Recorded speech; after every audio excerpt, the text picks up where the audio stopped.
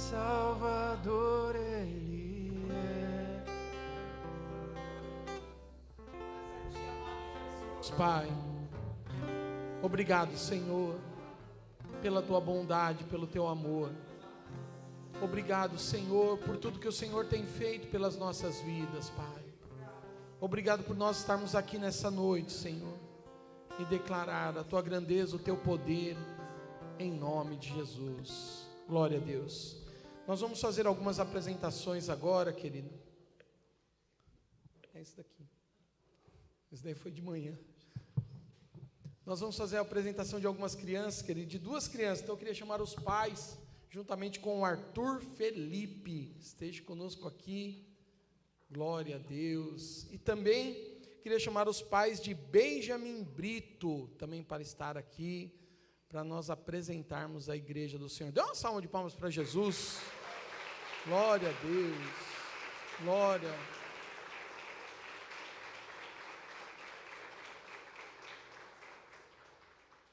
Glória a Deus. De manhã foi um show e à noite também, né, queridos? Aleluia, né? Glória a Deus. Tende suas mãos para cá.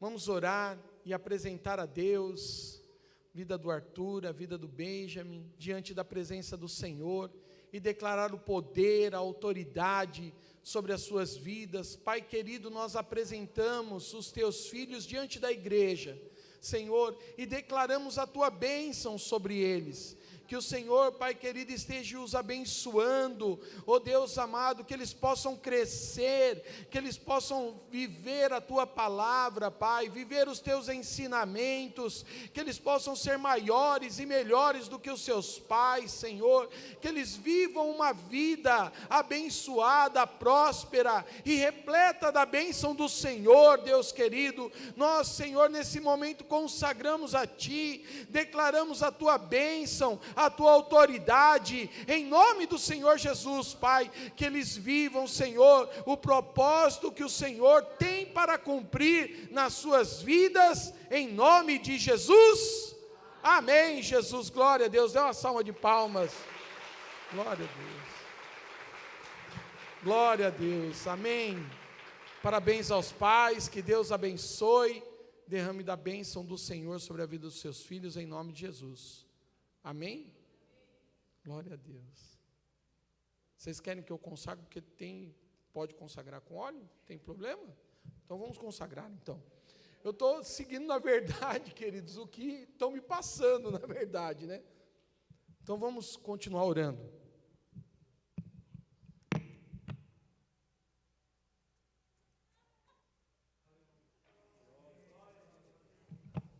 Pai querido, nós apresentamos, Senhor, a vida do Arthur diante do Teu altar, Senhor. Nós colocamos as nossas mãos, consagramos a Ti, abençoamos, Pai, e declaramos o Teu poder em nome de Jesus sobre a vida do Benjamin, Senhor. Que a bênção do Senhor esteja sobre a vida dele. Nós consagramos, declaramos este óleo em nome de Jesus. Amém, Senhor, amém. Glória a Deus, aplauda ao Senhor. Glória a Deus, amém. Depois é só pegar a chave do carro zero com o Donizete, ele vai estar distribuindo. Pode tomar o seu lugar. E é Honda ainda, né, Doni? É Honda ainda, né? Glória a Deus, olha só. Olha que bênção. Depois vocês procuram o Donizete aqui, que ele vai.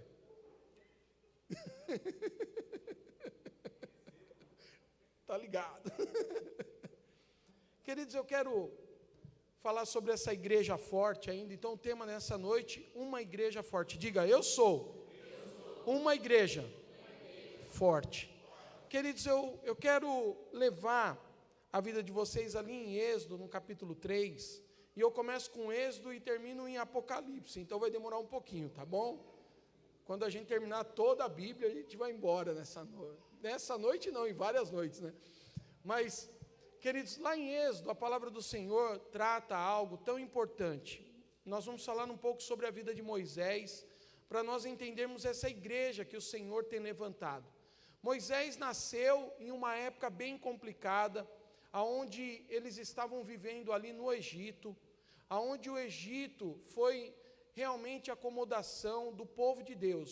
Por quê? Porque José, na sua época, diante da grande fome, diante da grande escassez, pegou toda a nação e levou todas as tribos para o Egito, para morar ali aonde havia comida. Foi uma estratégia da parte de Deus na vida de José naquela ocasião, aonde Faraó ali amava José, então amava o povo de Deus. Porém, queridos, aquele Faraó falece, toda uma geração vem também a se falecer também naquele momento, e sobram ali o povo de Deus no Egito. Porém, queridos, aqueles homens, diante de um Faraó, já que não era o mesmo na ocasião de José, começa a perceber que o povo de Deus, eu vou levar bem simplificada ali a história, mas o povo de Deus começa a crescer, ser mais numeroso, ser mais forte. O povo de Deus começa a ser maior do que o povo do Egito.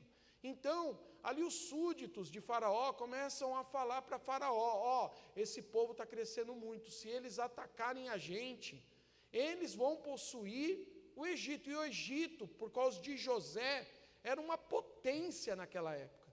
Ele era muito rico, ele tinha muitas propriedades. Se você vê na ocasião ali, diante da grande fome, muitas nações venderam suas propriedades para ter comida. Então, Moisés estava ali junto daquele meio, nasce Moisés, e aí Faraó fala assim, todo menino, toda criança que nascer menino, é para as parteiras eliminar ela ali no nascimento. Mas as parteiras ficaram com medo, por quê? Porque era o povo de Deus, havia um propósito do povo de Deus, havia uma igreja poderosa, diga amém. Então, ali as parteiras sentiram temor daquela situação, porém, quando nasciam as crianças, elas deixavam aquelas crianças viver. Faraó fica um pouco chateado com aquela situação, então chama as parteiras. Parteiras, por que vocês não têm cumprido a palavra que eu tenho dado a vocês? E elas arrumaram uma estratégia. O povo hebreu é um povo muito forte, são pessoas sadias. Então, na hora do concebimento, elas próprias ali se resolvem no nascimento. Quando nós chegamos ali para fazer o parto, as crianças já nasceram e elas já levaram as crianças. Então, Faraó vê aquela situação e continua com a mesma ameaça. E nesse período, 3 meses se passam diante dessa situação. Mas aí a mãe de Moisés vê que na verdade tem até uma musiquinha legal, né, de Joquebed, né? Mas eu não vou cantar, fica tranquilo, tá? Então, a mãe de Moisés está ali, vendo que a situação estava cada vez se apertando mais. Então ela faz um cesto, ela coloca betume em volta daquele cesto, coloca no rio, aonde as princesas ali, uma delas era filha de Faraó, ali se banhando, tomando banho, enfim. E coloca Miriam para seguir aquele cesto. E naquele barquinho que Moisés estava, ali, descendo o rio abaixo, a princesa vê aquele barquinho, olha, nossa, uma criança, que linda. Moisés devia ser bonito, viu, querido? Porque ela fala que linda era a criança. Então, Moisés era uma criança muito bonita. E Miriam estava do lado e fala assim, você não quer, princesa, que alguma das hebreias de lá cuide dessa criança? Ela falou, não, tudo bem, vai lá e escolhe uma. Quem ela escolhe? A própria mãe. Então, aquela mãe cria o seu próprio filho, não mais debaixo de ameaça, mas com um propósito de Deus. Tinha um propósito na vida de Moisés. Moisés chega a uma certa idade, foi ali reintegrado ao reino de Faraó, ali no Egito, diante ali do Egito, mas o primeiro episódio que foi mais complicado para a vida de Moisés, é que ele vê uma briga entre um hebreu e um egípcio. Porém, o egípcio começa a bater muito no hebreu, e ele vai lá e mata o egípcio, e enterra ele naquela areia. Porém, outro fato acontece, 2 hebreus agora brigando, o mesmo patrício deles lá brigando, entrando em contrito. Ele chega e separa aquela briga, porém, ele não imaginava que um daqueles lá era o mesmo que tinha visto que Moisés tinha feito. Então, ele olha e fala assim, por que está tentando nos separar? Está querendo nos matar também? Moisés, com medo, fica com medo daquela ocasião, porque sabia que Faraó começaria a perseguir ele. Então, ele com medo foge para o deserto. E ali ele conhece uma esposa, né? Ele chega na casa de Jetro, conhece uma esposa chamada Zípora. Se teu filho nascer, tá aí a sugestão, bonito nome, Zípora. Se for menina, é um bonito nome, Zípora, para colocar no nome da criança. E ali casa-se com essa... A mulher tem filhos e tem uma geração ali. Porém, queridos, uma pessoa que é destinada, uma pessoa que é chamada, uma pessoa que tem um envolvimento com Deus, ele não morre. A palavra do Senhor diz que aquilo que ele abençoou, ele não pode amaldiçoar. Então a bênção do Senhor estava sobre a igreja, e a igreja era Moisés. Eu imagino que Moisés continuava tendo o mesmo discernimento, ele continuava tendo as mesmas atitudes, ele continuava sendo a mesma pessoa. Ele era uma pessoa que foi chamada por Deus, ele foi livrada da morte, ele foi livrada de situações difíceis, e ele era chamado por Deus. Então ele vai para o deserto e ele vê ali, arrebanhando, pastoreando ali o rebanho, ele vê aquela sarça ardente, e ele vê que aquela sarça pega fogo, mas não se consome, e Deus começa a falar com a sua vida.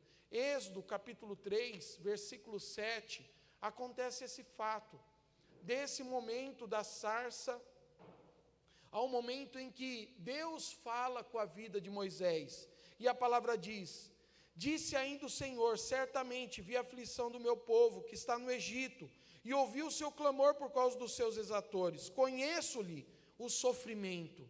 Deus estava ali ouvindo a voz daqueles homens, daquelas mulheres, clamando, buscando a presença do Senhor ali, querendo entender algo. Por quê? Porque a igreja estava sofrendo, o corpo de Cristo estava sofrendo naquele lugar. As pessoas já não aguentavam mais viver escravizadas, batendo tijolos, vivendo uma situação ruim, porque eles olhavam para o passado. Ele sabia que foi o seu próprio povo, através de José, que restituiu tudo aquilo, que fez tudo aquilo. E Deus estava olhando ali para aquelas pessoas, por causa de um clamor.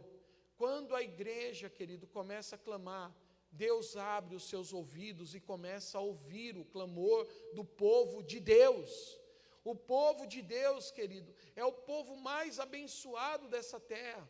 É onde a bênção do Senhor está sobre eles, e eles vivem essa bênção, e eles sabem que ao clamar, Deus responderia às suas orações, e olha para a situação deles. Querido, a igreja, ela tem que viver aquilo que está proposto dentro do coração dela. A primeira delas, querido, se chama fé. Uma igreja sem fé não é nada. Mas o que é ter fé? O que é viver na fé? O que é entender que a fé está sobre a vida da igreja, e que a igreja é poderosa quando tem fé. Romanos 4,17 diz que nós chamamos a existência das coisas que não são, como se já se fossem. A fé, querida, é algo poderoso sobre as nossas vidas. Lá em Marcos, capítulo de número 11, versículo 23, nós vemos ali a palavra do Senhor relatando algo tão poderoso para a nossa vida e para nós entendermos o que é fé dentro de nós, o que a igreja precisa ter. Se algo que a igreja precisa cultivar no seu coração, se chama fé, e a palavra diz: porque em verdade vos afirmo que se alguém disser a este monte, erga-te e lança-te no mar, e não duvidar no seu coração, mas crer que se fará o que se diz, assim será com ele. A palavra, querido, afirma que algo acontecerá por causa da fé. A fé é algo muito poderoso para a igreja. A fé, querido, é chamar a existência das coisas que não são e declarar, ela está sobre a nossa vida. Quando nós temos palavras de afirmação no nosso coração, as coisas, elas fluem de uma maneira diferente. O povo estava olhando ali agora com fé. Quem pode nos ajudar? Somente o Senhor pode nos ajudar. Então vamos clamar, vamos buscar, vamos envolver a igreja, vamos declarar sobre essa cidade, sobre essa nação: o nosso Deus vai nos livrar desse mal, em nome de Jesus. Amém, amados? Por quê? Porque nós vemos o poder da palavra sobre a nossa vida. Fé, querida, é não duvidar no coração. O que mais o inimigo quer fazer com que a igreja tenha dúvida. Tudo aquilo que se fala é dúvida. Vamos fazer isso. Não, acho que não vai dar certo. Dúvida. Vamos tentar dessa forma. Não sou chamado para isso. Dúvida. Quando a dúvida vem, a palavra diz que a afirmação que está dentro de nós e não duvidar. Dúvida, querido, é o que separa a nossa vida de uma vida abençoada, de uma vida próspera, de uma vida cheia da presença de Deus. Dúvida não deixa nós conquistarmos os nossos objetivos. Dúvida faz com que a igreja seja paralisada. Quando vem a dúvida sobre nós não temos a certeza. Você talvez já fez várias coisas que ficou duvidando daquilo que poderia acontecer. E a maior parte das vezes, você olha e fala assim, o que me tirou disso? A dúvida. Às vezes, querido, nós falamos de uma coisa simples, uma pessoa que não tem tanta habilidade para dirigir, ele vai lá e vai fazer uma prova de carta ali no local apropriado, no momento exato, no momento mais tenso que já existe, é um lugar de prova. Você chega, senta naquele banco daquele carro, você olha, você fala assim, meu Deus do céu, será que eu vou conseguir? Pronto, dúvida. A maior parte das vezes, querido, tem pessoas que nem conseguem funcionar o carro direito. Ele nem percebe que o carro está ligado, ele está dando partida ainda. Aí o motor está lá, o motor de partida está e ele está lá. E ele nem percebe. Por quê? Porque ele tem uma dúvida. Ele não tem a clareza da certeza do que está fazendo. Eu falo que a dúvida, querido, ela contamina o coração daquilo que você sabe, daquilo que você já tem o entendimento. Mas é a dúvida que faz você ser derrotado. É a dúvida que tira você do propósito. É a dúvida que não faz você caminhar. Porque a dúvida vem de uma forma para nos prender. Marcos capítulo 10, versículo 46. Jesus agora em Jericó. Ele está ali, diante daquela cidade, andando, uma multidão junto com ele. E tem naquele momento um cego, uma pessoa que tem uma deficiência ali naquele lugar. Mas só era uma deficiência. Mas ele fazia parte de uma igreja poderosa. Diga assim, eu faço. Diga com fé agora, eu faço parte de uma igreja poderosa. Aquele cego Bartimeu fazia parte dessa igreja. Uma igreja poderosa, querido. No meio de uma multidão, a palavra narra, querido, da seguinte forma. E foram para Jericó, versículo 46... Quando ele saía de Jericó, juntamente com os seus discípulos e numerosa multidão, Bartimeu, cego, mendigo, filho de Timeu, estava sentado à beira do caminho, e ouvindo que era Jesus o Nazareno, pôs-se a clamar, Jesus, filho de Davi, tem compaixão de mim. Querido, ele era cego, mas o cara tinha um ouvido, que eu vou falar uma coisa, ele identificou a voz de Jesus. Diga glória a Deus. Queridos, como é bom quando nós identificamos algo que vem da parte de Deus sobre a nossa vida. Quando nós falamos assim, Deus falou comigo. Falou por quê? Porque você deixou de falar. E geralmente, querido, nós levamos a nossa vida, a palavra do Senhor diz, quando você for orar, vai no secreto, entra dentro do teu quarto, em secreto, ora diante de Deus, busca a presença do Senhor. Talvez o quarto, querido, não seja uma figura física de 4 paredes, uma porta, a sua cama, um criado mudo, um tapetinho para você se ajoelhar. Às vezes o quarto fechado, querido, é onde nós verdadeiramente falamos com Deus. A palavra do Senhor diz, orai sem cessar. Ninguém vai conseguir ficar no quarto orando sem cessar, vai? Não vai ter jeito. Tem que ir na cozinha, tem que dar uma voltinha no quintal, tem que ver, como que estão as coisas ali na sala, não vai ficar só no quarto. Então, quando nós olhamos para essa figura física dentro de nós, não que isso não seja poderoso para a nossa vida, entrar, estar em secreto, fechar a porta do nosso quarto, mas quero te levar, querido, ao entendimento de que muitas vezes esse quarto dentro de nós é quando nós nos fechamos em secreto e falamos assim, não, é só eu e o Senhor agora. Geralmente isso acontece em momentos de luta, momentos em que você está sozinho, momentos de muito medo, muita opressão, muito mal acontecendo sobre a sua vida. Eu tive, queridos, uma experiência em 2020, no sítio, que foi algo para mim assim sobrenatural.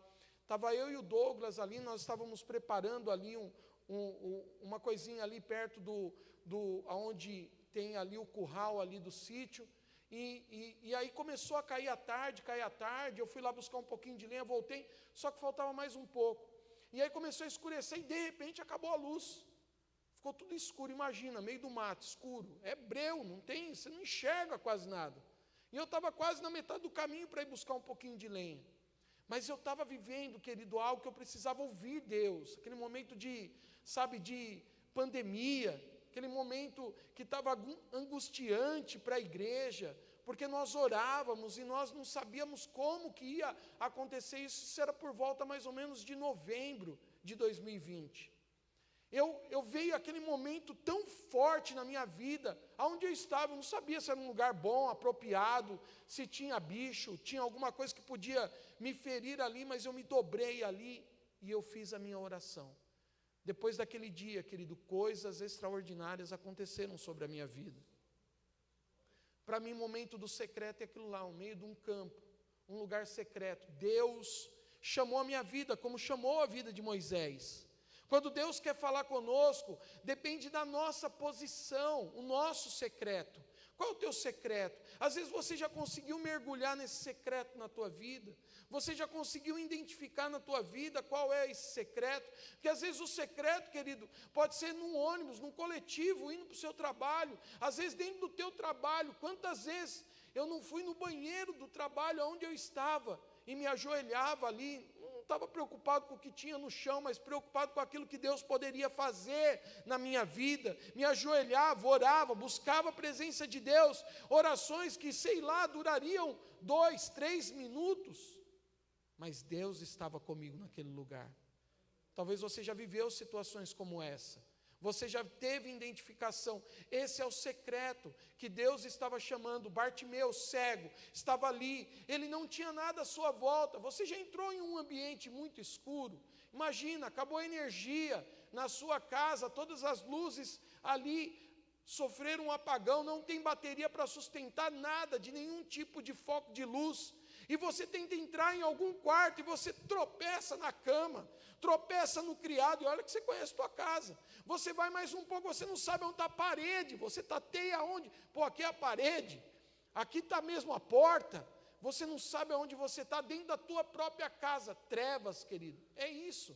Aquele homem vivia diante das trevas, diante de uma coisa que ele não conseguia ter noção de onde ele estava colocando os seus pés. Mas algo ele poderia fazer, era escutar, diga escutar. Querido, quando a igreja começa a escutar as coisas de Deus, algo sobrenatural acontece sobre a nossa vida. Quando nós temos ouvido para ouvir o que Deus tem para falar, sabe, queridos, e aquele que consegue ouvir é aquele que fala menos. Não adianta ficar falando, não adianta ficar colocando a sua vida somente em palavras. Tem momento certo que Deus vai falar conosco. E aquele homem estava ouvindo, é a voz de Jesus, está chegando perto, e ele começou a clamar, Jesus, filho de Davi, ele começa a clamar, tem compaixão de mim. Algo estava acontecendo na sua vida. O problema, querido, são as pessoas que estão ao lado, diga as pessoas que estão ao lado. Não precisa olhar feio para ela não, aleluia, eu vi alguns olhares aí, mas não é essa daí. Mas as pessoas que estão ao lado, são aquelas que vão te paralisar.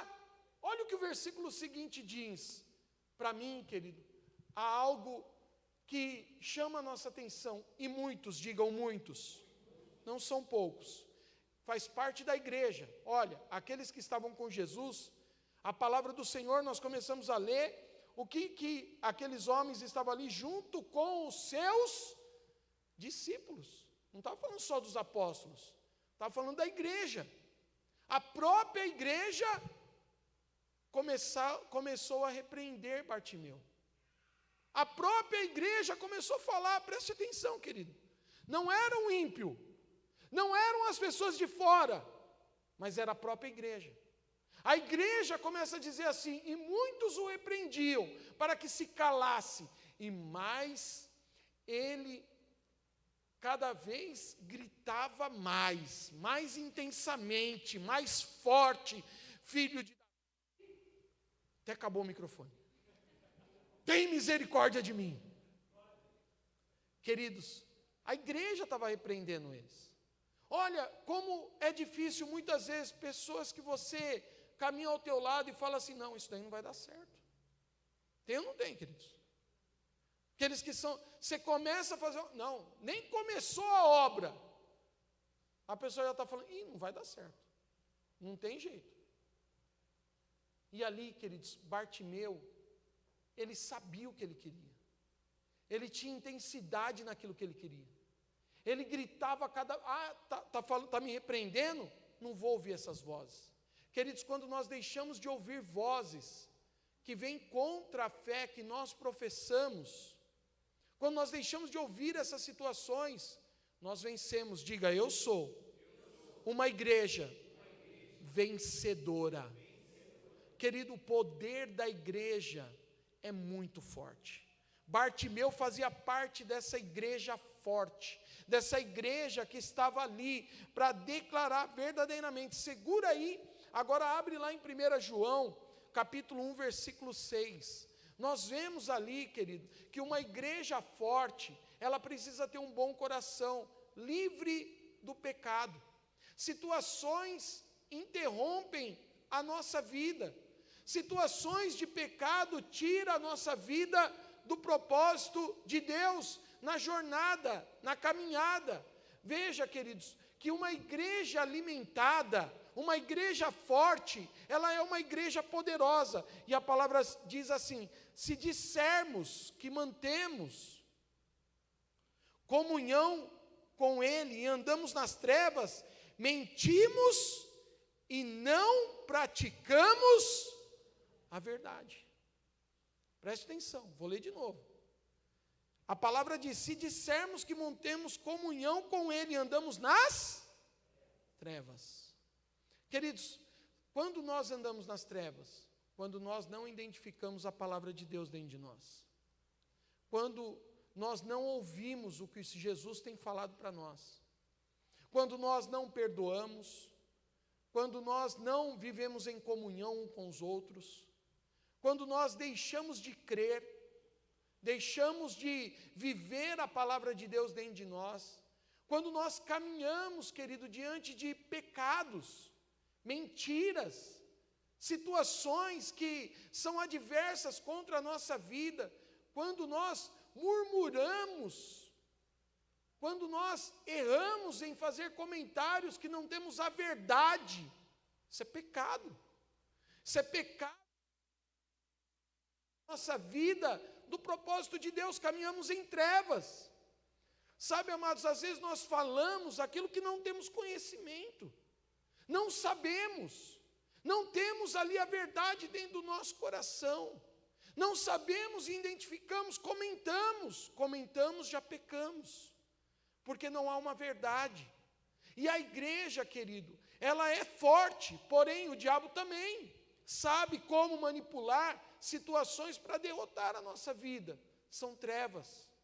A palavra trevas aqui, querido, é quando nós confiamos naquilo em que o diabo está falando, mas não confiamos naquilo que Deus está falando para nós o tempo todo. Nós acreditamos muitas vezes nas coisas piores, mas não acreditamos nas coisas de Deus. Muitas vezes nós olhamos somente para a dificuldade, trevas, e não olhamos para a luz, que é o caminho que vai nos tirar dessa situação. E muitas vezes nós estamos mentindo. Essa igreja, ela mente para quem? Ela mente para si própria. Ela sai do propósito de Deus. Ela deixa de caminhar na verdade. Ela deixa de caminhar no propósito que o Senhor tem colocado. Mas a palavra, querido, traz um remédio para nós. Se andarmos, verso 7, se andarmos na luz, como Ele na luz está, mantemos comunhão uns com os outros. Então diga assim, a igreja não pode viver sozinha. A igreja sozinha não é igreja. Ela não se torna forte. A palavra do Senhor diz, a palavra diz e afirma isso para nós, aonde há 2 ou mais reunidos em meu nome, ali eu estarei. Querido, não é ajuntamento de gente. A palavra diz em meu nome, diga em meu nome. é quem crê. Não é só juntamento. Ah, você tem lá 10, mas 10 são... Não, não é. Então temos que questionar, que igreja é essa? Se é a palavra de Deus que relata para nós, não é o que nós queremos e pensamos que vivemos de uma forma certa. Por que caminhamos nas trevas e não temos vitória? Porque algo tem um pendente nessa balança, querido, que está pesando mais o lado das trevas do que o lado da luz. Porque nós não queremos acreditar que aquilo não seja uma verdade, então a minha vida não anda, a minha vida não tem sucesso, a minha vida não tem alegria, a minha vida não consegue se gloriar na presença de Deus, a minha vida não consegue professar que eu amo, que eu adoro, que eu declaro que Ele é Rei dos Reis, Senhor dos Senhores sobre a minha vida. Sempre há um peso, eu não consigo louvar, eu não consigo adorar a Deus, eu não consigo, querido, mergulhar em águas profundas, eu não consigo enxergar. Por quê? Porque as trevas é algo que o inimigo tenta destruir na nossa vida uma visão. Bartimeu era cego, mas a sua cegueira conseguia ver coisas melhores do que aqueles discípulos que andavam com Jesus. Ele sabia que se ele continuasse clamando em alta voz, diga em alta voz, não dá para ser crente, querido, né? Igual muitos estão pregando aí, crente Nutella, né? Aquele crente, né? Ah, vamos orar, vamos. Você não vai orar? Você veio para a igreja para ficar quietinho. Não, a igreja barulhenta. A igreja do Senhor é a igreja que declara, é a igreja que pisa no diabo, não é só no louvor, é a igreja que não tem medo,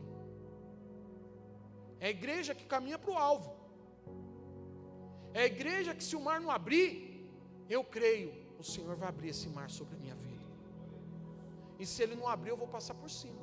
Essa é a igreja, essa é a igreja forte que o Senhor está falando para nós. Essa é a igreja que faz nós caminharmos diante de situações difíceis. Essa é a igreja que faz, querido, nós olharmos e enxergarmos o propósito de Deus. Essa é a igreja de Bartimeu. Essa é a igreja que estava ali. Talvez ele era o único crédulo diante da sua situação. Quem vivia o problema? Os outros? Não, Bartimeu vivia o problema.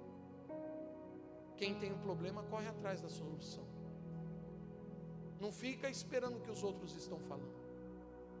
As pessoas não querem ter sucesso, querido, e ficam tentando tirar o sucesso da tua vida. Elas querem caminhar do jeito que elas querem, que elas acham, que elas pensam. E isso não é liberdade em Cristo Jesus. A palavra do Senhor diz que onde há Espírito, há liberdade sobre a nossa vida. Nós não estamos presos, escravizados. Jesus já nos libertou, nós clamamos. Vem sobre nós, Senhor, e liberte a minha vida. Quando você confessa Jesus Cristo como Senhor da sua vida, você está tendo ali quebra de grilhões, amarras, quebra de situações da sua vida. O diabo não pode mais prender a sua vida naquela situação. Jesus é contigo.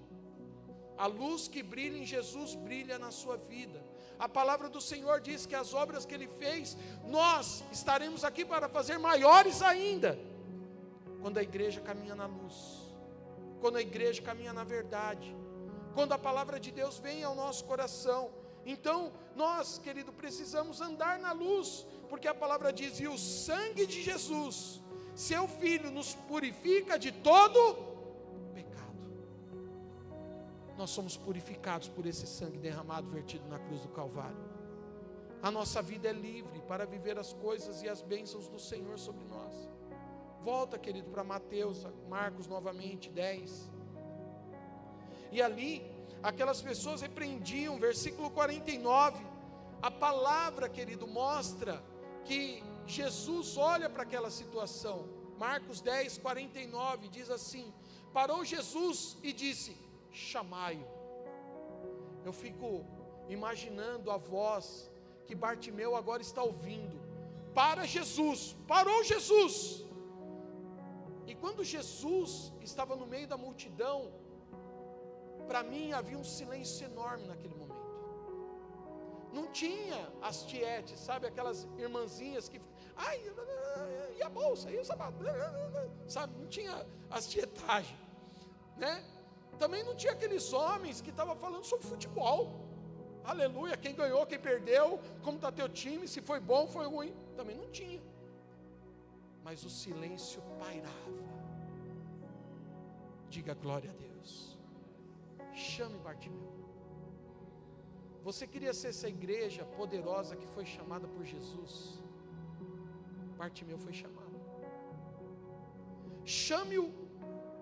E chamaram então o cego e dizendo-lhe: tem de bom ânimo. Eu quero dizer para você, querida, a igreja do Senhor tem que ter bom ânimo. O povo de Deus é o povo. Querido, às vezes nós imaginamos que essa felicidade é não ter problema. As pessoas falam assim: quem quer ter vitória aqui? Alguém quer ter vitória aqui? Glória a Deus. Mas para ter vitória não tem uma luta? Alguém quer ter luta? O cara quer ter vitória, não quer ter luta. Está tudo bem, tudo tranquilo. Queridos, às vezes a luta é a modo de nós enxergarmos as coisas. Luta não é ruim. Quem falou que luta é ruim? Entrei numa faculdade, você acha que vai ser fácil lá o arrancar a espada, guerrear com os professores? Porque hoje, né, aleluia, né, até com os professores a gente tem que guerrear muitas vezes. Guerrear no dia a dia, ano a ano, pegar ônibus, pegar a condução, chegar lá meia-noite, sair daquele lugar, chegar em casa meia-noite para comer às vezes um prato de comida, esquentar um miojo. Porque não tinha dinheiro para comer lanche na faculdade. Você acha que isso daí foi o quê? Foi luta, foi ou não foi? Mas foi bom ou foi ruim? Bom ou ruim, igreja? Bom. Mas no momento ali é luta. Às vezes a pessoa enxerga a luta como coisa ruim. Ah, estou vivendo uma luta. Oh, querido, glorifica o nome do Senhor, porque Ele é contigo. Ele trará vitória sobre a sua vida. Ele será contigo em todo momento da sua vida. E mesmo, querido, que nós fecharmos os nossos olhos para essa terra, a nossa vida está nos braços do Pai. Viveremos a eternidade. Você reclama de tanta coisa dessa terra, talvez Deus vai te levar logo.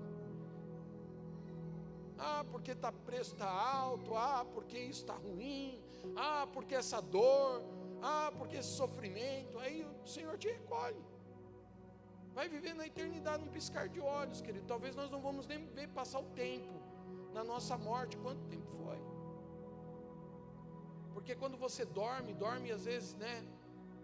Vamos colocar que dorme 6 horas, né? Mas tem gente que dorme 12. Tem gente que dorme 14 horas. É como se não fosse nada. Às vezes você pergunta para uma pessoa que ficou na UTI 15 dias desacordado: e aí, como que foi? Não sei, para mim o tempo não passou. Que dia é hoje?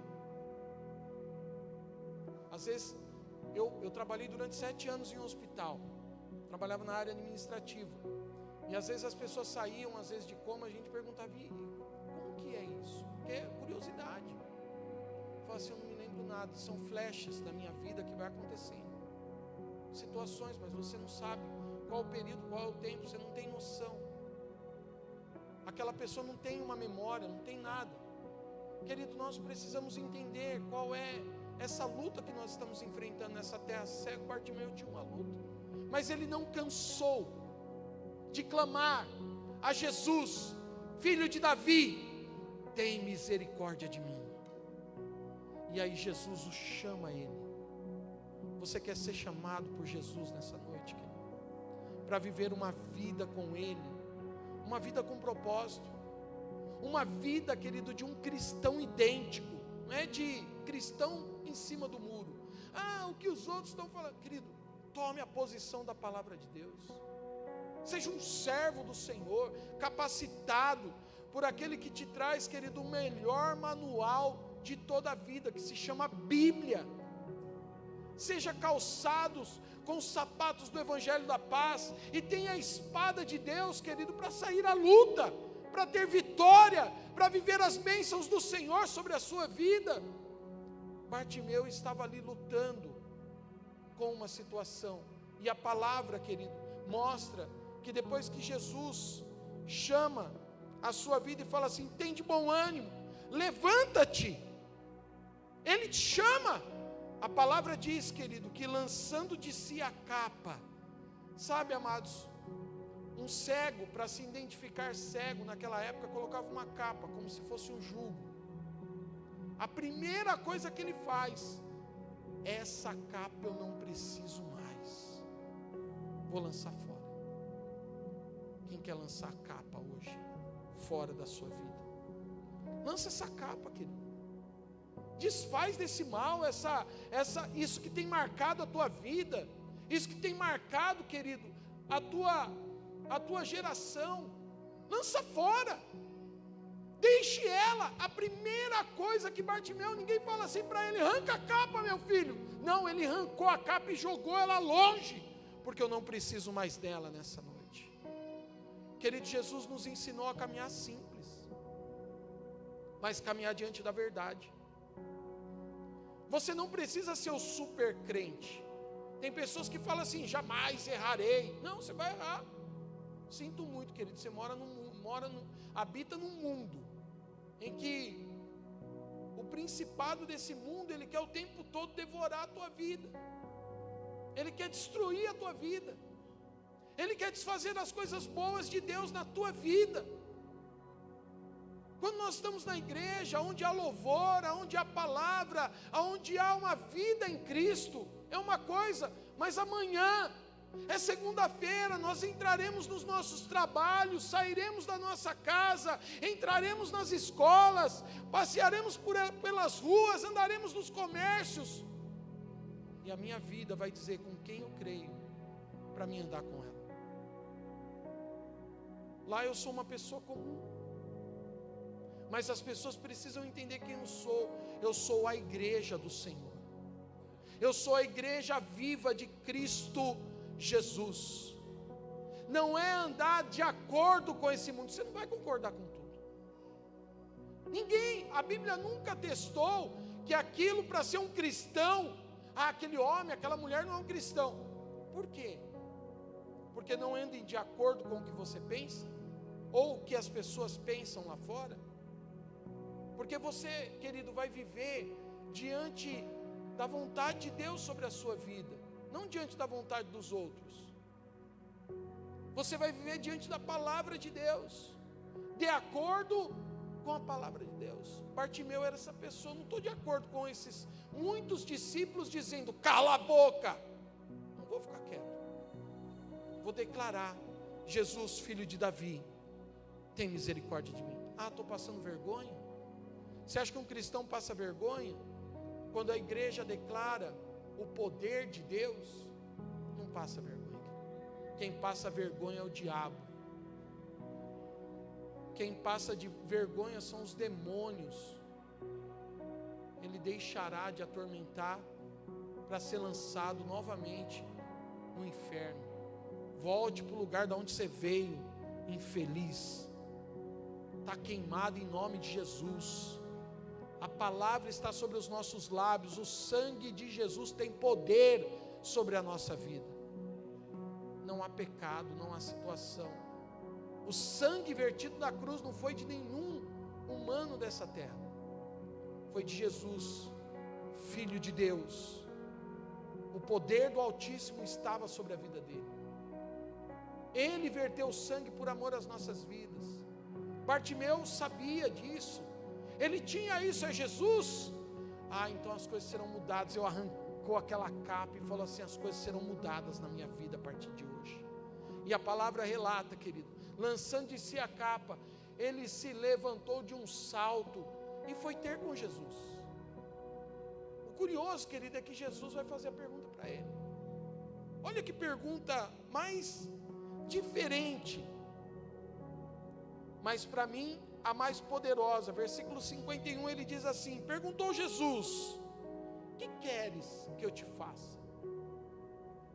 Sabe, amados, tem uma posição nossa, na nossa vida, que é falar daquilo que nós estamos passando. Eu preciso falar. Eu estou longe de Deus, A minha vida está seca. Eu preciso falar. Eu preciso falar, eu estou em pecado. E dizer o pecado. Jesus está perguntando. Você lança a capa, vai até Ele e fala assim: Jesus, Tu sabes de todas as coisas, Tu sabes o que eu quero, Tu sabes que a minha vida é assim. Não, Tu sabes nada, o que Tu queres? O que Tu queres nessa noite? O que Tu queres de Jesus nessa noite? Se fosse, Jesus estivesse aqui, o que você pediria a Ele? Qual seria o teu pedido nessa noite? Diante de Deus, diante do Senhor. Ah, eu quero um carro? Tão pequeno. Se você trabalhar, você tem um carro, sim ou não? É só trabalhar. Quero uma faculdade? Também não é tão notório assim. Porque se você estudar, você consegue estar numa faculdade, até federal, sem pagar nada. É só estudar. O problema é o danado do esforço, né? Estudar. Ah, quero uma casa, porque eu quero ter um lar mais aconchegante. Tá, se você trabalhar, você vai ter uma casa? Sim ou não? Pediríamos coisas físicas para Ele? Ou nós somos a igreja mais poderosa dessa terra? O que você poderia pedir a Ele? A Bíblia relata que Salomão, diante de uma riqueza, querido, Davi era muito rico, vivia no palácio. Imagina Salomão, bebê de papai, precisava de alguma coisa? O carrinho devia ser de ouro, a bicicleta, sei lá eu, devia ser a melhor bicicleta. Vamos pensar, né? Não existiam essas coisas. O videogame dele era de última geração. Viveu bem para chuchu. Viveu ou não viveu? O que tu queres, Salomão? O que ele pede? Algo espiritual. Nós só conseguimos pedir coisas espirituais na nossa vida quando reconhecemos a presença de Deus, arrancamos a capa. Essa visão que Jesus relata nessa passagem, querido, não é uma visão natural. Porque o cego Bartimeu já tinha uma visão de Deus, que os seus discípulos, a multidão, diga multidão, não reconheciam. Ele já enxergava coisas que aqueles homens, com os olhos naturais ali, não enxergavam. Mas Bartimeu enxergava, era uma visão espiritual que ele tinha. E nós precisamos, querido, como igreja, nos alimentar das coisas espirituais de Deus. Bartimeu, o que tu queres? E aí ele responde, o cego: mestre, que eu torne a ver. E a palavra continua. Então Jesus lhe disse: vai, a tua fé te salvou. Imediatamente tornou a ver e seguia Jesus estrada afora. Quero dizer para você nessa noite, querido, que quem reconhece o poder de Deus segue estrada afora, não para. Continua caminhando com Jesus. Não olha para as adversidades, não olha para os problemas, não olha para a situação, mas olha para o foco. A sua visão, o seu olhar é espiritual. Ele olha para Jesus, porque Ele é o autor e consumador da nossa fé. Essa fé que habita em nós, que está dentro de nós, e que a sua palavra é tão poderosa em nos afirmar. A igreja é uma igreja poderosa. A palavra do Senhor diz: tudo posso naquele que me fortalece. A palavra diz: não vivo mais eu, mas Cristo vive em mim. E a vida que vivo agora, vivo pelo poder da fé no Filho de Deus. Essa vida está arraigada dentro de nós. Moisés caminhou com Deus e livrou o povo da opressão, da escravidão. O povo não ouviu, teve muitos tropeços. Moisés também não consegue possuir a terra prometida. Deus não deixa ele entrar na terra prometida, porque ele deixou seu coração se contaminar com o povo, trazendo esse relato do povo com a vida de Bartimeu. Bartimeu não deixa se contaminar pelo povo, ao contrário de Moisés. Ele fala: não, vocês nem sabem, nem vou discutir com vocês. Eu não preciso discutir com uma pessoa que está falando o que eu não devo, porque o que eu não devo é o que eu vou fazer. E ele gritava mais alto ainda. Grite mais alto, querido. Se fortaleça diante de Deus. Deixe a palavra do Senhor entrar no teu coração. Seja a igreja poderosa em Cristo Jesus. Declare isso. O Senhor te ama e Ele quer o melhor para a tua vida nessa noite. Fique de pé.